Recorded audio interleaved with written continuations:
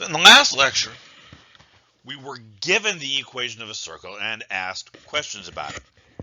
Well, in this lecture, we're going to go in the other direction. Suppose I give you information about the circle and I ask you to find the equation. Right here, we have really kind of the most basic question. This really gets to the point of what we need to know. If you remember, when you talk about finding the equation of a line, you always need to know two things. You need to know the slope of the line, and you need to know a point on the line. Now, maybe sometimes you're given that information. Maybe sometimes you need to kind of calculate it or derive it from what you're told. But in the end, that's what you have to know. And it's the same thing here with the equation of a circle. You always have to know two things. You have to know where the center is, and you have to know what the radius is. Well, in this example, we were really just kind of given the information. The center is at -3, 2, and the radius is 4. So let's go to our equation, right? The equation of a circle looks like this. And now let's go to our information. 4 is the radius, so that's r. So this is going to equal 4 squared. And the center, this is h and k. So h is -3 and k is 2. And the only real twist here is you just have to be super careful when you're managing these negative signs. So this part is x minus -3 squared plus y minus 2 squared. And I'm going to do a little cleanup. Minus -3, that's x plus 3 squared plus y minus 2 squared and 4 squared, that's 16. Now, if this were my class, I would be perfectly content with this as an answer. This is, if you've watched the earlier lectures, you've heard me say this is the useful form of the equation. It's the circular equivalent of the slope-intercept form of the equation of a line. It's the version that we can get all sorts of useful information from. Now, I understand some professors may feel differently. A lot of software programs, my math lab in particular, expects you to multiply this out. For me, that's a lot of extra work for no real gain. But just this once, I'm going to go ahead and do it so you can see what that looks like. All right, so to multiply these things out, remember, please don't say that x plus 3 squared is x squared plus 3 squared. It's not. You have to multiply this out.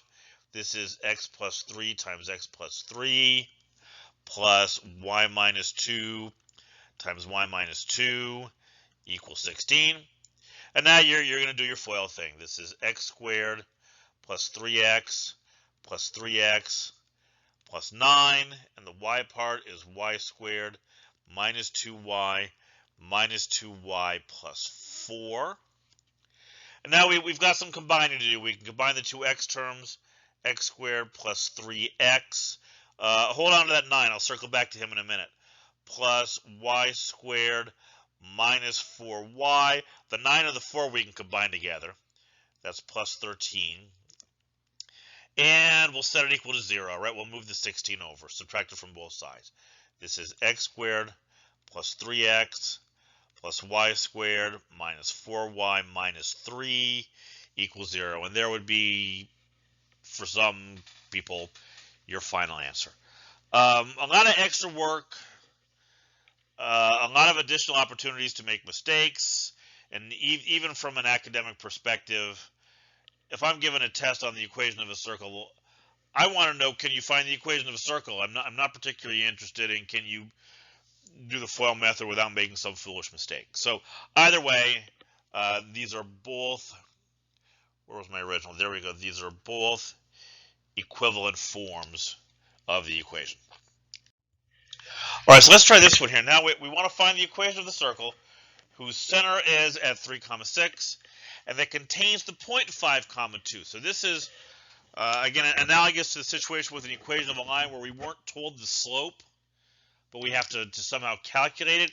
Here, I have the center, which is great. This is h, k, but I need to find the radius. Right? Well, remember, the radius of a circle is just the distance from the center out to every point on the circle, including this one that we were told. right? So so all I need to find the radius is to find the distance between these 2 points. Right? That's going to be the square root of 5 minus 3 squared plus 2 minus 6 squared, square root of that. Let's see, 5 minus 3, that's 2. 2 squared is 4. 2 minus 6 is negative 4. Negative 4 squared is 16. So that is the square root of 20. Resist the urge to simplify that. I mean, yeah, okay, we could make it 2 square roots of 5. But look, remember, the equation of a circle, let me write it out because we're going to need that next. The equation of a circle, x minus h squared plus y minus k squared equals r squared. I'm going to take that radius and square it. It's easier to do that if I have it in this square root form. The square root of 20 squared is just 20, right? Don't go to extra trouble that you don't need to. Okay, so now let's put h and k here. This is x minus 3 squared plus y minus 6 squared. And again, I have to do one more because I'm going to simplify that right side. This is x minus 3 squared plus y minus 6 squared equals 20. There you go. There is the equation of the circle through the given point that has the given radius.